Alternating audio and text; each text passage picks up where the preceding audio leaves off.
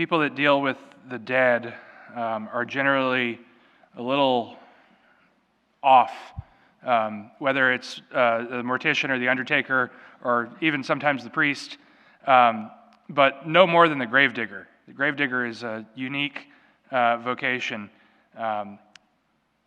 My mom was the preschool director at Sandy Springs Methodist Church, and they had an historic cemetery that was kind of part of Arlington Cemetery across the road, but there was this really old cemetery, and my mom said she remembers one time the doorbell rang, and they got the little video intercom, and she looks, and she's like, I'm not letting that person in, and she goes and she opens the door, and there's this guy that looks like Herman Munster, with like the high waders on, and he's like, excuse me, we need you to move your car so we can dig up a corpse. And my mom was just horrified by that.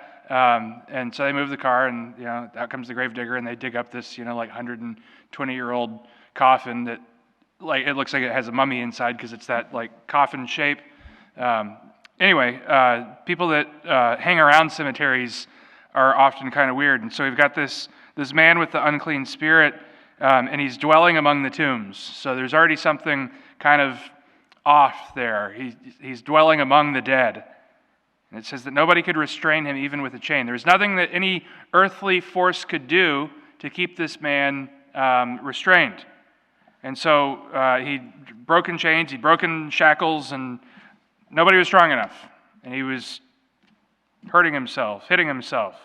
Right? If we saw somebody like that today, we'd probably say we need to take him and put him on a psych hold. But finally, Jesus comes and he recognizes Jesus. Rather, the demons recognize Jesus. And so they run to him and they plead with him. And what does Jesus do? He casts these multiple demons out, this more than multiple, legion. That's a very large number, right? Like a Roman legion.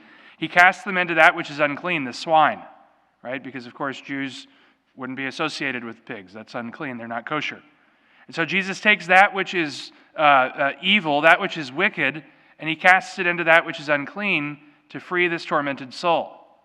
We live in a world that is plagued by legion of sin, legion of wickedness, legion of the devil's activity. That's why we pray to St. Michael, right? We live in a world that needs that exorcism. We live in a world that needs those demons to be cast out, to be put into that which is unclean.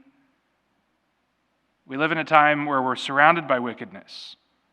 But the good thing is that Jesus is with us. At the end, he tells the young man, he says, go home to your family and to announce to them all that the Lord in his pity has done for you. In his pity, right? God has pity on us. He has pity on us that we're weak, that we're not able to defend ourselves completely. He has pity on us that we're not able to protect ourselves. He has pity that we're not able to save ourselves. But it's not a shameful pity, it's a loving pity, whereby he desires to heal us, he desires to restore us, he desires to give us our life back. And when other people see it, they're amazed, right? When other people see that which Christ can do in the lives of the fallen, it's an amazing feat.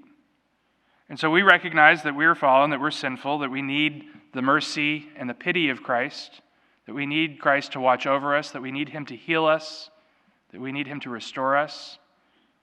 Let us ask this day that though the world is surrounded by evil and filled with wickedness and filled with legion of sin, that indeed we may be able to continue to grow in holiness through the pity and mercy of God, and that we may continue to strive to be more and more like Christ each and every day and lead others closer to him.